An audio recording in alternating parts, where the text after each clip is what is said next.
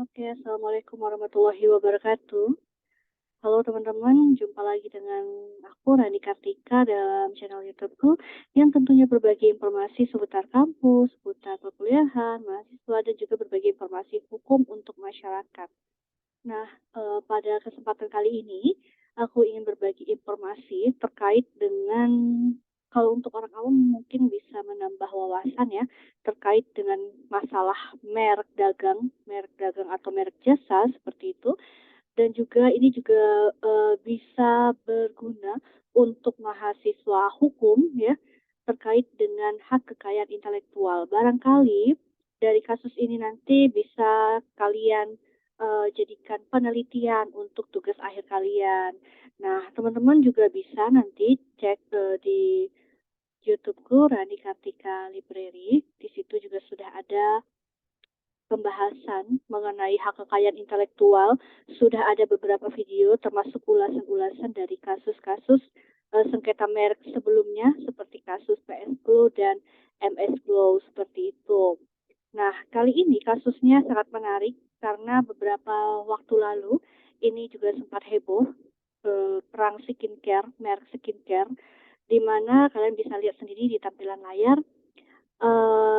Kalian sudah tahu ya, Dokter Oki Pratama, pemilik dari skincare Benings, itu digugat oleh eee, Christian Sanjaya selaku pemilik dari skincare Bening. Nah, jadi ini masalah merek, nama mereknya sama gitu ya, cuman tulisan hurufnya ada yang berbeda, yang satu Bening double N, yang satu itu apa namanya, Bening pakai S yang milik Dokter Oki. Nah, jadi Dokter Oki digugat, karena memiliki nama yang sama, menyerupai, nama produk merek dari Christian Sanjaya, yang mana Christian Sanjaya dalam, eee, berita ini nanti kalian cek aja ya penjelasan langsung di sini, owner-nya Bening itu mengatakan bahwa merek mereka itu telah lebih dulu ada sejak 2010. Jadi usaha mereka ini di bidang skincare dengan nama Bening itu sudah ada, dimulai di kota Solo. Nah, kenapa baru sekarang dia mengajukan tuntutan hak secara hukum ke pengadilan dengan menggugat Dokter Oki karena apa namanya produk Bening itu ya mendirikan kantornya itu berseberangan dengan tempat, skincare Bening ini ada. Jadi mereka berseberangan depan-depanan dan bagi Christian ini merugikan, dia selaku owner karena banyak orang yang keliru mau datang ke tempat perawatannya, ke kliniknya dia, tapi malah masuknya ke, kliniknya Dokter Oki karena orang banyak beranggapan dikiranya itu adalah satu pemilik. Nah, tentu saja ini dalam hal, apa namanya, sengketa merek, alasan-alasan seperti ini sangat wajar sekali gitu ya, kalau ada 2 merek yang hampir mirip. Dulu banget ya teman-teman, itu juga sudah ada kasus kalau tidak salah di Jogja, ada, usaha namanya Donat Donut. Nah, ini akhirnya, menyerupai sekali dengan Dunkin Donut. Kebetulan juga Dunkin Donut waktu itu ada di Jogja. Nah, kemudian dia digugat Donat Donut ini karena apa? Pertama, dari segi produk, mulai dari packagingnya pun mirip dengan Dunkin Donut. Sehingga ada anggapan orang bisa keliru, dikiranya Donat Donut itu adalah turunannya dari Dunkin Donut. Nah, ini digugat. Selain itu juga teman-teman mungkin tahu kasus tahun lalu PS Glow versus MS Glow meskipun pada akhirnya mereka berdamai gitu ya teman-teman. Dan PS Glow sudah menutup produknya gitu ya, memilih jalan damai dengan MS Glow. Ada juga mundur lagi ke beberapa tahun belakangan, itu sengketa merek dagang antara merek geprek Bensu dengan Ayem Bensu. Nah, teman-teman juga pasti tahulah kasusnya.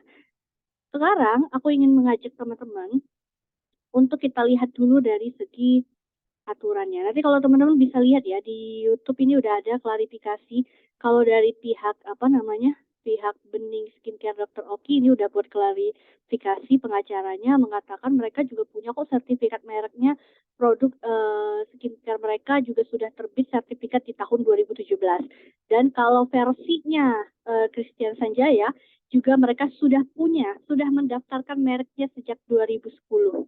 Nah, mana sih seharusnya yang mendapatkan perlindungan? Kita lihat dulu di undang-undangnya ya, teman-teman. Oke, jadi undang-undang yang mengatur tentang merek itu ada di Undang-Undang Nomor 20 Tahun 2016, teman-teman. Nah, kalian bisa nanti nih yang anak hukum udah pasti tahu ini undang-undangnya gitu ya. Undang-Undang Nomor 20 Tahun 2016. Merek itu apa? Nah, kalian bisa lihat di sini. Merek adalah tanda yang dapat ditampilkan secara grafis berupa gambar, logo, nama, kata, huruf, angka dalam bentuk 2 dimensi ataupun 3 dimensi, bisa berupa suara, hologram, atau kombinasi dari 2 atau lebih unsur ini, ya, untuk membedakan barang dan atau jasa yang diproduksi oleh orang atau badan hukum dalam kegiatan perdagangan barang dan jasa. Jadi fungsi dari merek itu adalah sebagai tanda yang membedakan antara yang kita miliki dengan milik orang lain. Nah, merek ini klasifikasinya dibedakan menjadi 2, ada merek dagang dan merek jasa, teman-teman. Oke, paham ya sampai sini? Lalu kemudian kita lihat perlindungan terhadap merek itu adalah selama 10 tahun. Jadi sejak sertifikat merek itu dikeluarkan oleh siapa? Oleh Dirjen Kekayaan Intelektual di bawah Kementerian Hukum dan HAM, teman-teman. Nah, ada pasal 21 kalau tidak salah tentang merek yang ditolak. Bentar ya. Oke. Nah, ini dia. Pada pasal 21 ayat 1 dikatakan bahwa permohonan merek itu ditolak jika merek itu mempunyai persamaan pada pokoknya atau keseluruhannya. Yang dimaksud persamaan pada pokok atau keseluruhannya itu adalah ini. Apabila merek terdaftar milik pihak lain atau dimohonkan lebih dahulu oleh pihak lain, itu ternyata kita juga sama mereknya, maka otomatis merek kita akan ditolak karena sudah ada yang lebih dulu mendaftarkan. Atau permohonan ditolak jika merek tersebut mempunyai persamaan pada pokoknya mengenai merek terkenal milik pihak lain. Tadi contohnya yang sudah saya katakan, ada donat donut yang menyerupai banget dengan produknya Dunkin Donut, gitu ya. Ada juga dulu pengrajin Indonesia itu buat dengan merek Levi's, tapi bukan untuk celana jeans, tetapi untuk dompet dan segala macam, dan itu diproduksi besar dan diperdagangkan. Otomatis itu menjadi digugat karena dianggap sebagai orang taunya Levi's itu kan merek terkenal ya, jeans. Dan otomatis orang akan berpikir apakah merek Levi's terkenal tersebut mengeluarkan produk berupa dompet. Tapi kok dijualnya hanya lokal Indonesia aja. Nah, tentu saja dalam hal ini pemilik merek Levi's yang internasional bisa menggugat pemilik merek Levi's yang produksinya adalah mengeluarkan dompet tersebut. Karena apa? Karena dia menganggap bahwa si pemilik yang belakangan muncul ini mendompleng ketenaran dari nama merek yang sudah lebih dulu ada. Lalu kemudian pasal 21 ayat 1 huruf C, permohonan ditolak jika merek mempunyai persamaan pada pokok atau keseluruhannya dengan merek terkenal milik pihak lain untuk barang dan atau jasa tidak sejenis yang memenuhi persyaratan tertentu. Oke. Dan sama dengan indikasi geografis. Indikasi geografis itu beda lagi ya teman-teman, tapi undang-undangnya ini satu, undang-undang merek dan indikasi geografis. Saya tidak perlu menjelaskan dulu indikasi geografis apa, karena itu porsi berbeda lagi. Ini merupakan cabang juga dari hak kekayaan intelektual. Nah, kemudian di ayat 2-nya, masih di pasal 21, permohonan ditolak. Permohonan ditolak jika merek merupakan atau menyerupai nama atau singkatan nama orang terkenal, foto atau nama badan hukum yang dimiliki orang lain. kecuali ada persetujuan tertulis dari yang berhak. B. Permohonan ditolak jika merek merupakan tiruan atau menyerupai nama atau singkatan nama, bendera, lambang, simbol, emblem suatu negara, lembaga nasional maupun internasional, kecuali atas persetujuan tertulis. C.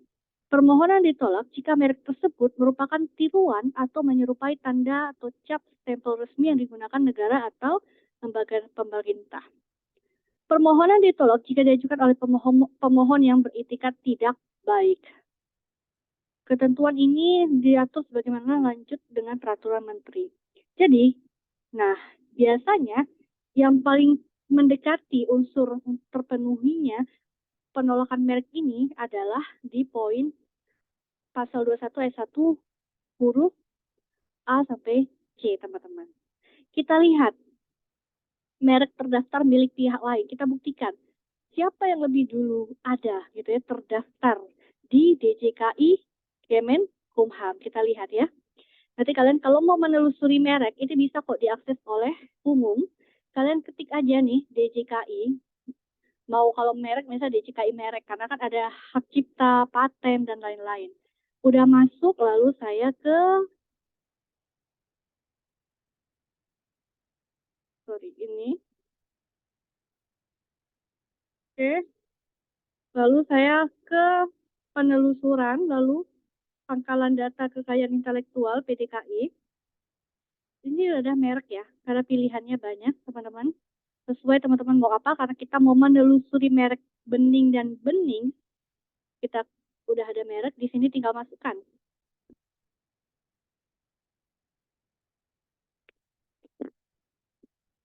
Oke, saya coba yang miliknya Christian Sanjaya terlebih dahulu ya. Kita buktikan benar nggak dari tahun 2010. Oke.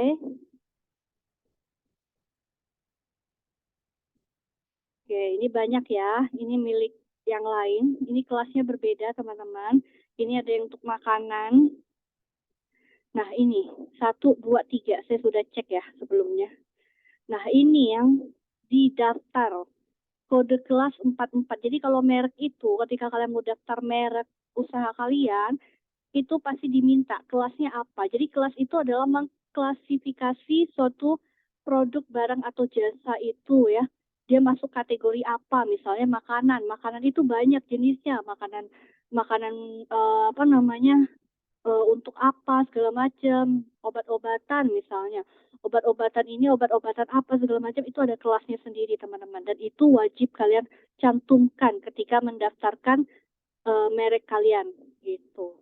Nah, kelas 44 katanya, kita klik ya, bening. Oke. Didaftar. Oke, statusnya didaftar. Tanggal pendaftaran ini. Tanggal dimulai perlindungan sudah dari 2010. Berakhirnya kapan? 2030. Karena masa jangka perlindungan suatu merek itu adalah 20 tahun, teman-teman. Nah, kita lihat punya siapa, benar nggak? Nih, kalian bisa lihat sendiri ya, Christian Sanjaya. Kode kelas 44, jenis barangnya apa? Ini penjabaran dari kelas 44. Ada beauty clinic, perawatan kesehatan, kecantikan, perawatan kulit dan perawatan kecantikan, penyediaan jasa informasi dan nasihat pemakaian produk perawatan kulit. Oke, sudah? Cari lagi. Dia ada 3 itu ya, kalau nggak salah. Dia ada yang terbaru lagi. Ini sedang dalam proses. Sejak kapan? Ini sejak tanggal 16 Januari 2023. Ini baru lagi, bening estetik, masih kepemilikan yang sama. Tapi masih dalam proses pemeriksaan substantif, belum keluar artinya sertifikat mereknya. Masih diproses. Pemiliknya sama, ditambah lagi kode kelas 44, jenis barang atau jasanya dia sekarang menambahkan lagi, yaitu untuk merek bening estetik, ini ada jasa layanan klinik bedah plastik dan kosmetik klinik medis. Beda ya, ditambah lagi. Oke, cek lagi. Ada satu lagi yang belum kita cek ya. Mana nih? Kembali ke pencarian. Oke, ini Bening First. Kita klik apakah kepemilikan yang sama. Nah, ini juga dimulai pada tahun ini, masih dalam pemeriksaan substantif, artinya masih diproses ya di DJKI. Tanggal berakhir perlindungan belum ada ya karena belum keluar sertifikatnya. Kelasnya 44 juga. Lalu kemudian pemiliknya masih Christian Sanjaya. Oke. Lalu kemudian bagaimana dengan merek bening milik Dokter Oki? Bening. Gini ya. Kita coba cari teman-teman. Oke. Nah ini, kalau kalian nonton YouTube-nya tadi, jadi lawyer-nya dari Dr. Oki Pratama itu menunjukkan yang logo yang ini. Nah, mereka bilang mereka sudah dapat sertifikatnya. Oke, 2017 gitu ya, kita lihat. Mana ini? Nah, oke. Tanggal dimulai perlindungan 2017. Oke. Nah, kemudian sorry, ralat 10 tahun jangka perlindungan itu teman-teman, mohon maaf. 10 tahun, lalu kemudian bukan 20 tahun ya, tadi saya salah nyebut. Oke, 2017 sampai 2027. Keluar merek bening. Tetapi sekarang karena lagi permasalahan, statusnya tidak tertulis di daftar. Tetapi proses pengadilan. Ya karena apa? Karena ini kan merek ini itu yang digugat oleh Christian Sanjaya gitu ya. Digugatnya dimintanya apa sih? Pembatalan merek. Sekarang lagi masuk ke pengadilan, lagi proses sidang teman-teman. Jadi kita belum tahu hasil putusan pengadilannya apa karena memang prosesnya belum selesai. Nah, jadi berubah sistemnya di sini. Dia udah dapat sertifikat mereknya sudah. Saya nonton klarifikasi dari pengacaranya, mereka menunjukkan sertifikat mereknya dengan yang ini. Ini kan sudah jelas ya, Dr. Oki Pratama. Tapi kemudian statusnya di sini adalah pengadilan. 2017, teman-teman. Masih ada lagi? Ada. Dr. Oki ini banyak sekali mendaftarkan apa namanya mereknya gitu ya. Kemudian, kalau dalam prinsip merek, teman-teman, prinsipnya dalam pendaftaran merek itu adalah ada dua. Ada first to file sama first to use. First to file artinya siapa yang lebih dulu mendaftarkan merek tersebut, maka dialah yang mendapatkan perlindungan hukum. Sedangkan kalau first to use, itu adalah siapa yang menggunakan merek itu pertama kali, maka dia yang mendapatkan perlindungan hukum. Nah, di Indonesia, menganut sistem pendaftaran merek first to file. Siapa yang mendaftarkan merek itu lebih dulu, dibuktikan dengan adanya sertifikat merek tersebut. Nah, kalau teman-teman bandingkan antara yang bening dengan yang bening ini, maka kita sudah lihat sendiri tadi ya dari penelusuran bahwa bening miliknya Christian Sanjaya itu sudah ada sejak tahun 2010 jangka waktu perlindungannya dan akan berakhir di dia sudah memperpanjang ya. Makanya dia berakhirnya di tahun 2023 karena boleh setelah jangka waktu habis, maka dia boleh apa namanya? Memperpanjang kembali. Makanya dia ada ngurus lagi proses merek yang sama tapi ada namanya bening estetik dan bening first. Kan? Lalu kemudian sedangkan merek bening siang ini itu sejak 2017 ya dalam proses. Tadi kalau diklik kan prosesnya apa pengadilan tadi tulisnya ya karena lagi digugat. Artinya apa? Kalau kita main secara prinsipal asasnya tadi ya, maka kalau pakai first to file artinya adalah yang mendapatkan perlindungan hukum seharusnya adalah mereknya milik Christian Sanjaya dan seharusnya pada waktu itu DJKI ya Kemenkumham harusnya menolak karena tadi pasal 21 kan sudah mengatakan permohonan merek ditolak apabila memiliki persamaan pada pokoknya atau keseluruhan dengan merek yang telah lebih dulu ada, atau merek yang lebih terkenal milik pihak lain. Gitu ya teman-teman. Nah makanya yang digugat adalah pembatalan merek. Kita tunggu putusan pengadilannya seperti apa. Karena apa juga pertimbangannya? Karena kode kelasnya sama. Namanya, penamaannya sama, lafalnya kan sama tuh, bening-bening. Sama kan gitu. Kode kelasnya pun sama. Ya.